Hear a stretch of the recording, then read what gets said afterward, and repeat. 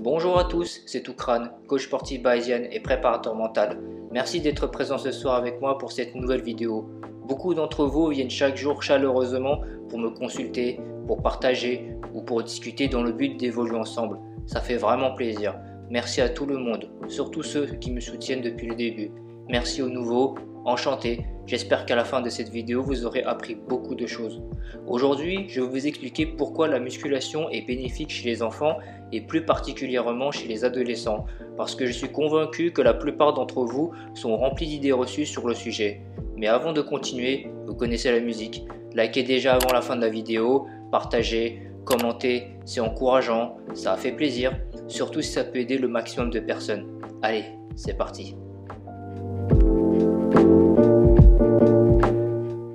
Déjà, pour ceux qui ne le savent pas, la musculation ça ne stoppe pas et ça ne ralentit pas la croissance des enfants, tout comme le basket ne fait pas grandir, que la natation ne donne pas des clavicules larges et un bassin étroit, etc.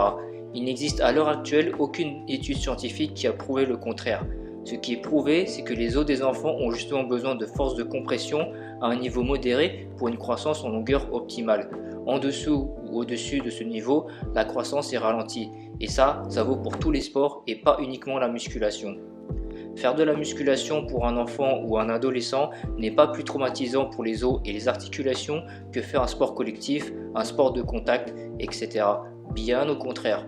Cependant, la musculation est la seule discipline où il n'y a pas vraiment d'encadrement comparé aux autres sports. Et ça, c'est selon moi le gros problème de ce sport. Et je peux comprendre que ça fasse peur aux parents. Il faut savoir que vous pouvez avoir une excellente base musculaire avec très peu, voire pas du tout de matériel si vous êtes trop jeune pour vous inscrire en salle de musculation. Vous pouvez largement vous entraîner à la maison ou encore mieux dans un parc de street workout. Dans votre entraînement, il vous faudra prioriser la bonne exécution des mouvements et avoir une approche générale plutôt que vous focaliser sur une approche muscle par muscle. Sans compter que vous n'aurez pas besoin d'un grand volume et d'une grande fréquence d'entraînement au début, mais que vous pourriez augmenter au fur et à mesure de votre progression. Donc, faire un full body avec des exercices de base comme des pompes, des tractions, des dips, des fentes, des squats, etc. est plutôt conseillé dans votre cas. En conclusion, ce n'est pas le fait de faire du sport qui est mauvais pour les enfants, c'est d'en faire à une fréquence, un volume et à une intensité trop élevée qui l'est. Et encore, ça dépend des enfants car chaque corps réagit différemment. Cette vidéo est maintenant terminée, mais avant de partir, je veux vous laisser sur ce message. Le sport permet de renforcer le corps et l'esprit. Il est aussi indispensable à l'équilibre et au bien-être des enfants. Prenez tous soin de vous et à très bientôt.